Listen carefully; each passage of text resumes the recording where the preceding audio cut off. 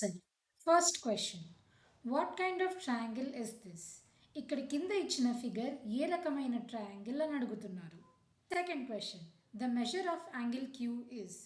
మీరు ఒక protractor use చేసి యాంగిల్ క్యూ మెజర్ చేసి అది ఎంతో మీరు ఇక్కడ రాయాలి. Question. All acute angled triangles are equilateral. Right, true or false? అన్ని acute angle triangles are equilateral అంటున్నారు. అది ట్రూవా ఫాల్సా ఇక్కడ రాయండి. Fourth question. Find how many triangles and పెంటగన్స్ are in the given figure. ఈ కింద ఇచ్చిన ఫిగర్లో ఎన్ని ట్రయాంగిల్స్ ఎన్ని పెంటగన్స్ ఉన్నాయో మీరు ఇక్కడ మెన్షన్ చేయాలి. Fifth question.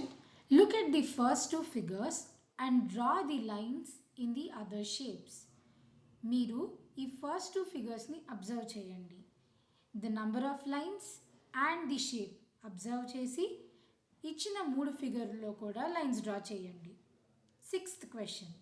Find the measure of angle X. ఇక్కడ మీకు ఒక ట్రయాంగిల్ ఇచ్చారు. మీకు some of the angles in a triangle తెలుసు కాబట్టి దాన్ని యూజ్ చేసి యాంగిల్ ఎక్స్ ఫైండ్ అవుట్ చేయండి. చేసి ఇక్కడ ఆన్సర్ రాయండి. Seventh question.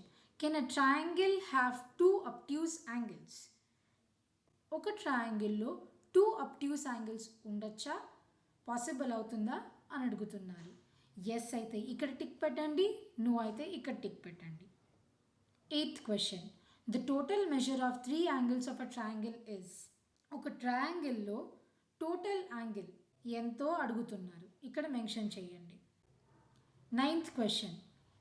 If the two angles of a triangle are 50 degrees and 70 degrees, then the measure of the third angle is.